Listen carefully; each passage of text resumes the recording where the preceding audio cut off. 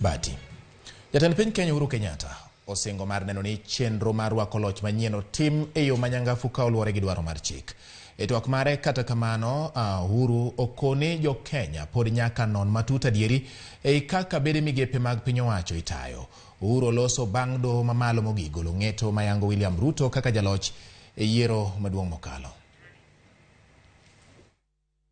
Fellow Kenyans, on the 9th of August of 2022, Kenyans participated in an election that ushered in new leaders at all levels of our governance realm. Following a dispute in the presidential election, a petition was filed in our Supreme Court for determination of validity of the results, and the Supreme Court has today pronounced itself on this matter. When I was sworn in as your president, I made a pledge to the country. A pledge to uphold the rule of law and the decisions made by the judiciary on all matters appertaining to our governance. Today,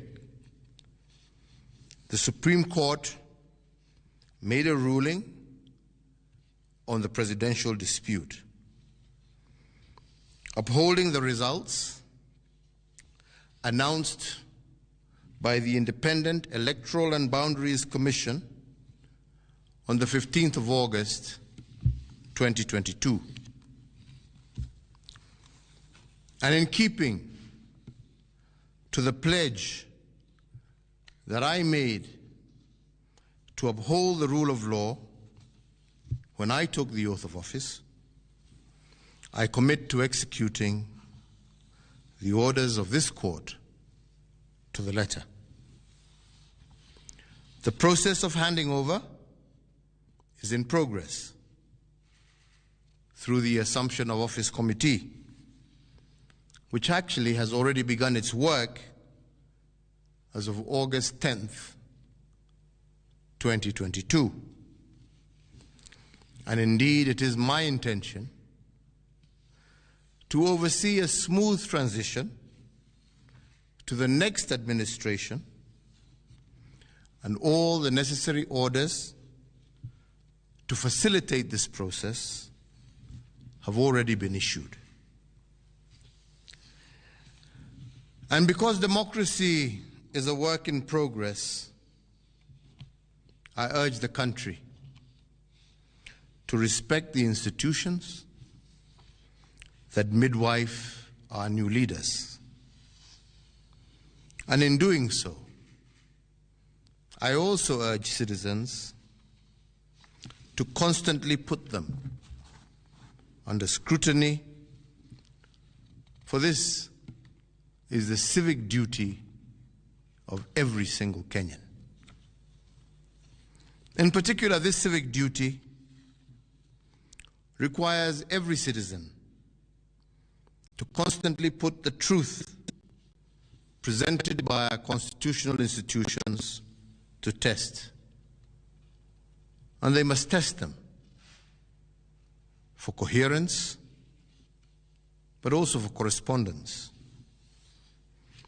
They must constantly scrutinize the coherence of the truth given by these institutions, and to ask themselves whether the truth has been coherent from one election to another. Has there been a consistent pattern that is acceptable to our democratic ethos? We must ask ourselves, is it about numbers, or is it about process? Which of these two is it? And can our institutions rule one way in one election and another way in another election without scrutiny?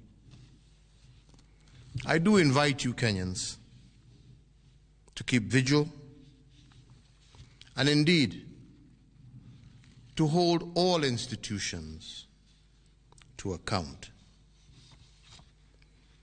The second thing we must place under scrutiny is whether the truth given by institutions has correspondence.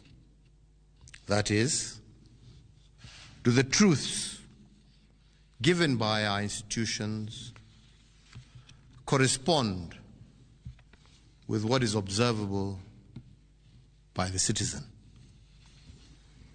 True beliefs and true judgments must correspond to the actual state of affairs.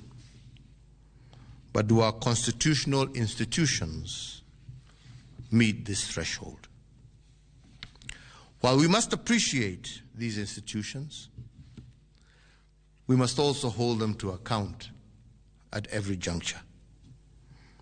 And their truth has to be consistent and coherent. This is the only way we will build our democracy. I want to take this opportunity to thank every single Kenyan for holding a peaceful election. And for this, I want to thank God, and I want to thank our political parties, but I also want to thank every single individual Kenyan for bringing us thus far. I want to wish well all who have won as they guide our country into the future. And I thank you all for the opportunity to serve, and I say, may God bless you all, and may God bless this great Republic of Kenya.